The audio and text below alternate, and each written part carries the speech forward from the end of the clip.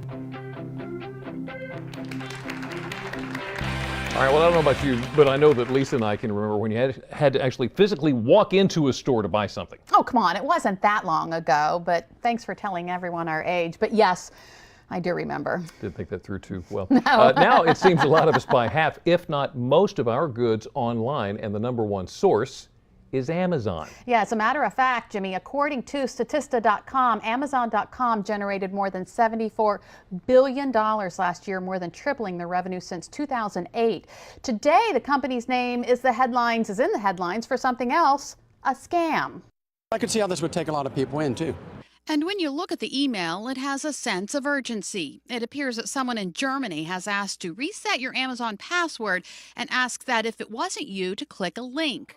Someone might look at it and think that it is legitimate. Caitlin Driscoll from the Better Business Bureau says internet con artists often pretend to be popular companies. Scammers will always try to use well-known, highly respected company names or brands that people are familiar with. So what happens if you click the link? With the assistance of computer expert John Yurkovich, that's exactly what we did.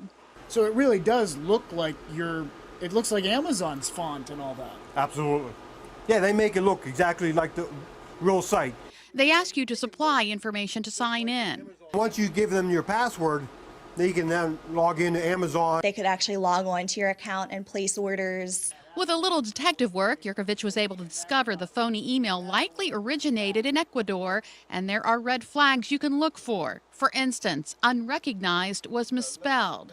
If there are incorrect spellings, grammatical errors, that's always a red flag that it could have originated from overseas. Also, if you hover your cursor over the link but not click it, you can see where it's about to take you. In this case, clearly not an Amazon address. The real Amazon has a section warning you about this email. Amazon never sends unsolicited email attachments, and Amazon never asks for personal information via email. Along with the warning, Amazon.com also offers this advice: never open any attachments or click any links from suspicious emails. How do you know it is suspicious? Well, Amazon.com says a suspicious email will often contain an order confirmation for an item you didn't purchase or an attachment to an order confirmation. If you share your account and you're not sure whether that order is yours or not, go to your orders to see if there is an order that matches the details in the email. If it doesn't match an order in your account, the message isn't from Amazon. Also, Amazon.com won't send you attachments or prompts to install software on your computer. And if the from line of the email contains an internet service provider, ISP, other than at Amazon.com, then it's probably a fraudulent email. It is amazing how easy they make it, how realistic. Well, now, along with scams, there's another thing that's raising concern about online privacy, and that's account hacking. Experts say if you're not concerned, you should be.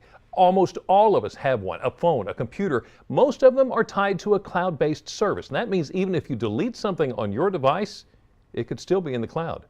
So how are hackers getting into that? Here are some answers.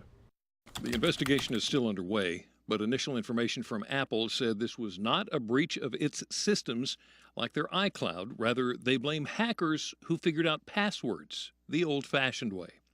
This isn't some cutting-edge, high-tech, new type of attack. Law professor Fred Kate specializes in information privacy and security law. They're using a computer to access the iCloud backup service, and they're pretending to be the person. They're trying to use guesses at their passwords and guesses at their challenge questions. He says while companies like Apple have really good security, the problem comes at the login stage. We need to start thinking about some sort of law or regulation that would help raise the standard of security.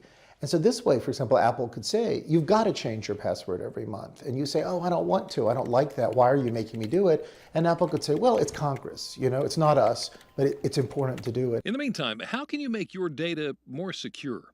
The obvious answer is to make your password tougher. Change it every month. Use a different one for every account. Don't even make it a word from the dictionary. Picking a phrase from your favorite book. Well, if you list your favorite book on Facebook, it's probably not a good idea. Where targeted attacks, they're going to look at your social media and try to discern words or phrases that you might use there. You should also look into a two-step identification process.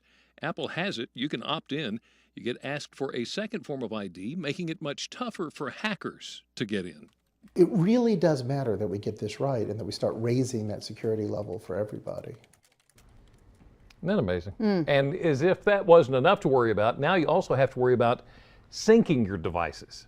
Yeah, that's the way we have all of our gadgets from all of our different devices all linked together. What's on your phone is on your laptop. What's on your laptop is on your iPod. What's on your iPod is on your computer, and so on and so on. And while it's convenient, it's not always necessarily safe. CNN tech reporter Samuel Burke has more. It pops up when you least expect it, and certainly when you least want it. Those risque photos, that job-seeking resume, the text message you'd rather no one else read. This is where the accidental sync can happen. You think you're in the privacy of your own home, texting, Googling, Facebook messaging. You put in one thing here, and then the cloud has it show up in another unexpected, unwanted place. Take Apple's iMessage. You're sharing with friends photos from last night's wild party. iMessage can simultaneously display what you're sending on all your other devices, which of course you may have left out near prying eyes. iMessage may be dangerous, but it gets worse. I think PhotoStream gets people in the most trouble because it's something that's there on all of your devices, and if you're saving photos, they're all going to come to your PhotoStream. So it's pretty easy to forget that they're there. In this era of apps syncing your content and even your web browser asking you to log in, a simple search can come back to haunt you. Back at home, you Google something personal on your laptop. The next day, that search appears on your work computer. In this world where you never quite know what or where something will pop up, there's one piece of digital etiquette we should all abide by. So if you are showing me a photo and you hand me your iPad, I'm going to look at that photo and I'm going to hand your device back. Don't swipe. No, I hate it when people do that. Just start looking around. Just start looking around through your phone. And Jimmy, as you know, in the age of accidental sync, you never know what could pop up. Don't take the chances. Well, I'll tell you what, some other things that can pop up when you really rarely want them to. Have you been driving down the road and suddenly you feel that pull or you hit that bump that you know you should have avoided? Well, up next, we're going to share some expert advice on how to get what you pay for when it comes to servicing your vehicle. Plus, if you ever are in an accident and you need body work done on your car, would you know where to start? Do you have to go to the garage your insurance company sends you to? Does all work come with a warranty? Angie Hicks from Angie's List gives us some answers. And we all know a good mechanic is somebody you want to call when your car needs rescuing. But what about your child? We're going to introduce you to a mechanic who saved the life of a little boy, and he got the alert thanks to an app. Del Mar Life. We'll be right back.